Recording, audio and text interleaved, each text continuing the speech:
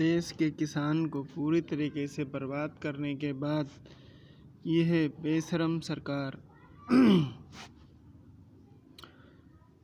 किसानों की जेब में जो बचा खुचा पैसा है उसे खींचने के लिए अपने पॉलिसी मेकर्स और नीति निर्धारकों को इस तरह से तैयार कर रही है कि वह उन्हें ऑटोमोबाइल, ज्वेलरी और अन्य तरीके की चीज़ें बेचकर किसानों के पास जो बचा खुचा पैसा है वह भी निकाल लाएं। सबसे पहले इन्होंने धान की कटाई के समय क्या खेल खेला किसान के साथ।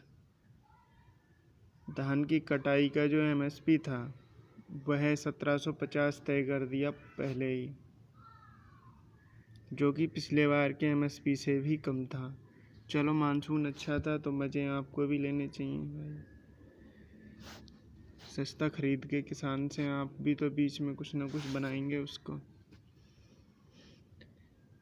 1750 एमएसपी करने के बाद जो 24 जून को फसल लगी थी और जो फसल लग चुकी थी 24 जून तक, और जो 15 सितंबर के आसपास 10 सितंबर के आसपास कटनी शुरू हो गई फसल, उन्होंने सरकारी तौल के कांटे नहीं खोले। इन्होंने कांटे सरकारी तौल के खोले वो भी 1 अक्टूबर के बाद। बीच में जो धान कटा, जो किसान डायरेक्ट मंडी में लेकर आए, औने पौने दाम में धान बेचने को मजबूर हुए, क्योंकि किसान के पास इतनी भंडारण क्षमता तो है नहीं कि वह अपने खेत की सारी उपज अपने घर में जाके स्टोर कर ले। उसके बाद में जब दाम सही हो तब दोबारा से ट्राली में भर के ले जाके मंडी में तुलवा आए। और सरकारी कांटे खुले भी तो क्या खेल हुआ वहाँ पे। सरकारी कांटों में तौल के नाम पे कि अभी 5 दिन बाद आना, 5 दिन तक हमारे पास कोई टोकन नहीं है तौल के लिए। 4 दिन बाद आना, 4 दिन बाद के लिए कोई टोकन नहीं है कि अब बारदाना ख़त्म हो गया, कि आपके धान में नमी ज़्यादा है, नमी सुखा के लाओ। भाई साहब, आप मिनिमम सपोर्ट प्राइस पर धान ले रहे हैं। मिनिमम माने न्यूनतम सपोर्ट प्राइस पर धान ले रहे हैं, और उसमें भी इतनी कमियां निकाल कर आप उस न्यूनतम प्राइस में से भी और कटौती कर रहे हैं। किसको बेवकूफ़ बना रहे हो भाई। किसान पढ़ा लिखा नहीं है, किसान इस चीज़ का ध्यान नहीं देता है कि न्यूनतम जो समर्थन मूल्य तय है वो उसका अधिकार है, उस प्राइस को उसे मिलना ही चाहिए, न्यूनतम समर्थन मूल्य। और न्यूनतम समर्थन मूल्य कोई इतना ज़्यादा न्यूनतम समर्थन मूल्य नहीं था, उसकी लागत के बराबर बिल्कुल बैठता है, इतना न्यूनतम समर्थन मूल्य था। कोई बहुत ज़्यादा अमीर नहीं बना जा रहा था किसान उससे कि सरकार डर गई या फिर बिचौलिए डर गए कि 1750 रुपये को इनका धान खरीद लिया तो किसान अमीर हो जाएगा और वो सब सड़कों पे आ जाएंगे। उसमें से भी कि इसके नाम पे कटौती की, गर्दा के नाम पे कटौती की, मार तमाम कटौती।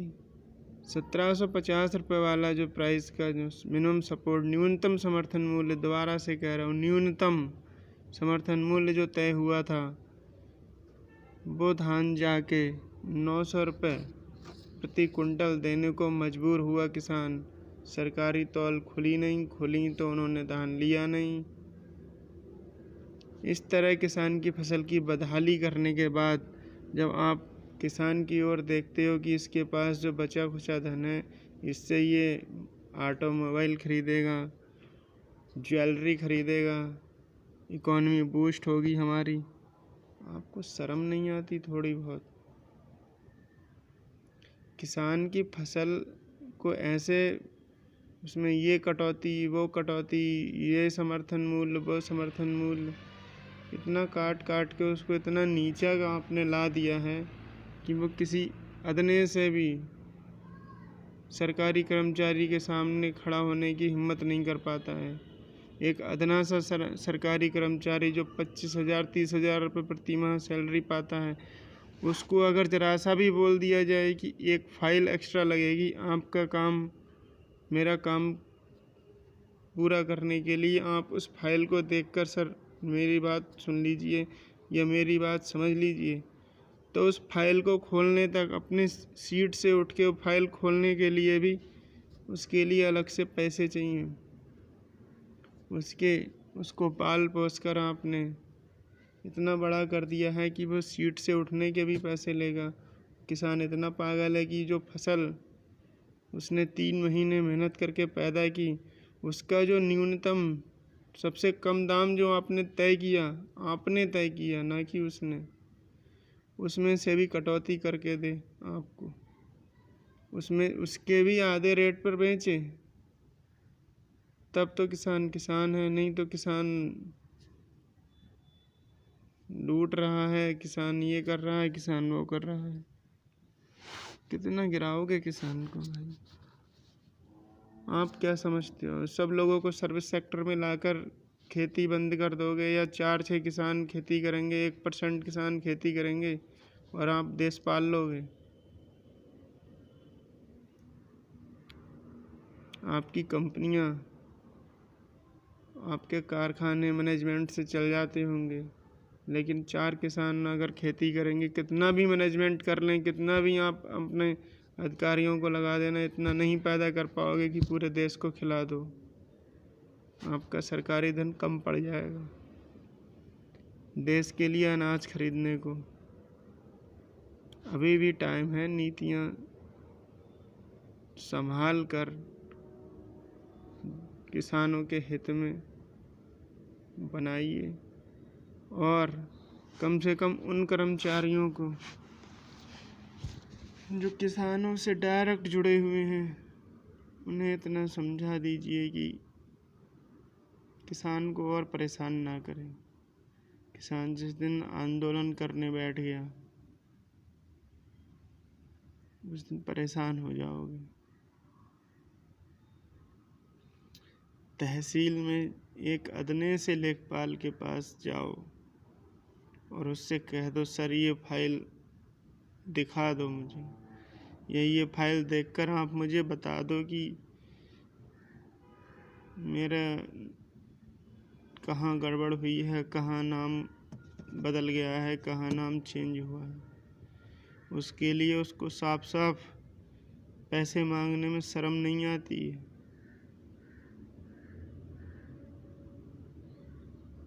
पर किसान का पैदा किया हुआ अनाज उसके न्यूनतम समर्थन मूल्य पर भी खरीदने में लोगों की महंगा लगता है। लोगों को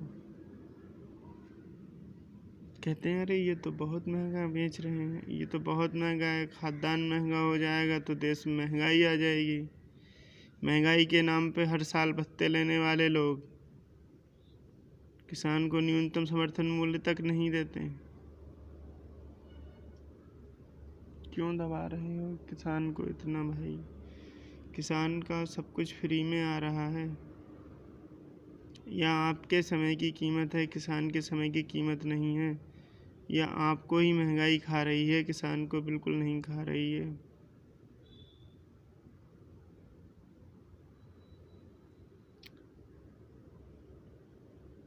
और बचा खुचा जो पैसा बचे उसके पास में, उसको आप इकॉनमी बूस्ट करने के नाम पे निकलवा लो, जनधन अकाउंट में जमा करवा लो। फिर जब बैंक बंद हो तो उसको लाइन में लगाओ कि 500 रुपये निकाल सकते हो आप एक दिन में, 200 रुपये निकाल सकते हो।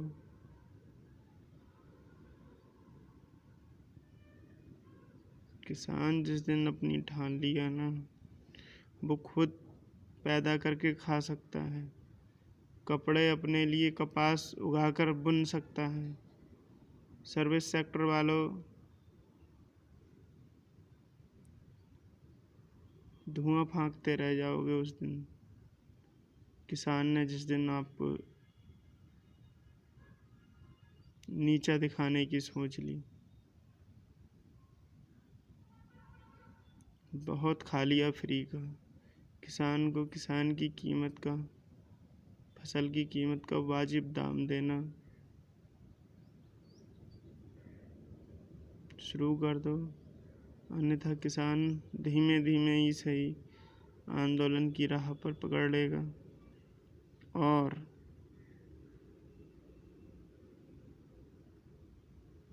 फिर आप मजबूर होकर महंगा खरीदेंगे या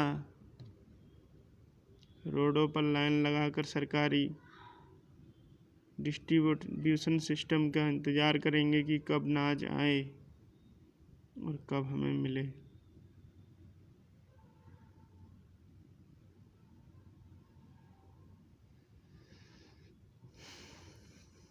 धन्यवाद। जय हिंद, जय भारत।